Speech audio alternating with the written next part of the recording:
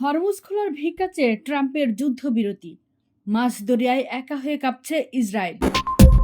মধ্যপ্রাচ্যের রণাঙ্গনে আজ বাজল মার্কিন ইসরায়েলি দম্ভের সবচেয়ে বড় পতনের ঘণ্টা।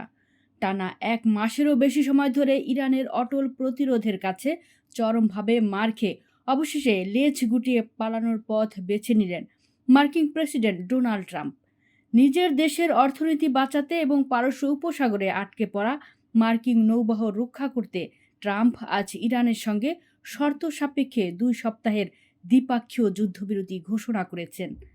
আর আমেরিকার এই সাদা পতাকা ওড়ানোর খবরে তেল আবিবের অন্ধকার বাংকারে এখন রীতিমতো হাহাকার ও কান্নার রোল শুরু হয়েছে। বাধ্য হয়ে এই যুদ্ধবিরতি মেনে নিলেও চরম অস্তিত্ব সংকটে পড়েছেন ইসরায়েলি প্রধানমন্ত্রী বেনিয়ামিন নেতানিয়াহু। বুধবার নিজের মালিকানাধীন সামাজিক যোগাযোগ মাধ্যম ট্রুথ সোশ্যালে দেওয়া এক পোস্টে ট্রাম্প তার এই চরম পরাজয়ের কথা স্বীকার করেন।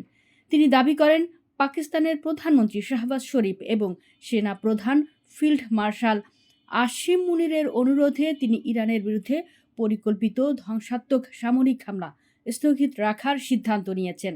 তবে বিশ্লেষকরা বলছেন, পাকিস্তানের অনুরোধ সির্ফ একটি অজুহাত মাত্র। আসল সত্য হলো, ইরানের ফাত্তা-2 মিসাইল এবং হরমুজ প্রণালী নৌ অবরোধ আমেরিকার অর্থনীতিকে আক্ষরিক অর্থেই ভাতে মেরেছে। ট্রাম্প শর্ত জুড়ে দিয়েছেন যে ইরানকে হরমুজ প্রণালী সম্পূর্ণ তাৎক্ষণিক এবং নিরাপদভাবে খুলে দিতে হবে। এর বিনিময়ে তিনি 2 সপ্তাহের জন্য বোমা বর্ষণ স্থগিত রাখতে সম্মত হয়েছেন। অর্থাৎ একটি পরাশক্তি আজ হরমুজ প্রণালী খোলার ভিক্ষা চেয়ে যুদ্ধবিরতির চুক্তিতে সই করতে বাধ্য হলো। আল জাজিরার ব্রেকিং রিপোর্ট অনুযায়ী আমেরিকার এই আকস্মিক পলায়নে চরমভাবে ক্ষুব্ধ ও হতাশা ইসরায়েল। নেতানিয়াহু এবং তার যুদ্ধবাজ মন্ত্রিসভা এই যুদ্ধবিরতি মেনে নিতে বাধ্য হলেও তারা মোটেও খুশি নন।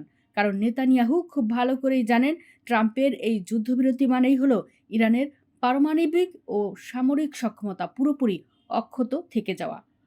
গত কয়েক সপ্তাহ ধরে নেতানিয়াহু ওমানের মধ্যস্থতায় হওয়া শান্তি আলোচনাগুলো ভেস্তে দেওয়ার জন্য আপ্রাণ চেষ্টা করেছিলেন এবং ট্রাম্পকে যুদ্ধের পথে উস্কে দিয়েছিলেন।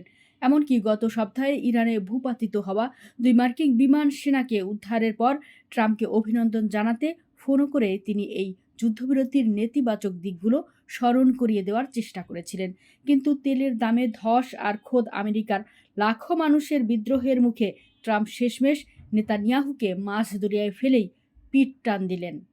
ইসরায়েলের নাগরিকরা এখন সরকারের আনুষ্ঠানিক প্রতিক্রিয়ার অপেক্ষায় থাকলেও তাদের চোখে মুখে চরম হতাশা যে আমেরিকার কাঁধে বন্দুক রেখে তারা পুরো মধ্যপ্রাচ্যের আগুন জ্বালিয়েছিল। আজ সেই আমেরিকায় যখন পিঠ টান দিচ্ছে, তখন ইসরায়েল বুঝতে পারছে তারা এখন আক্ষরিক অর্থেই এক উন্মুক্ত বধ্যভূমিতে পরিণত হয়েছে। আজ বিশ্ববাসী পরিষ্কার দেখছে, অহংকার আর অস্ত্রের জোরে যুদ্ধ শুরু করা যায় ঠিকই, কিন্তু মজলুমের অকুতোভয় প্রতিরোধের সামনে সেই যুদ্ধের পরিণতি হয় ট্রাম্প ও নেতানিয়াহুর মতোই চরম করুণ ও লজ্জাজনক। এই যুদ্ধবিরতি কোনো শান্তি চুক্তি নয়, বরং এটি মার্কিন সাম্রাজ্যবাদ ও ইসরায়েলি দম্ভের কফিনে ঢোকা শেষ পেরেক।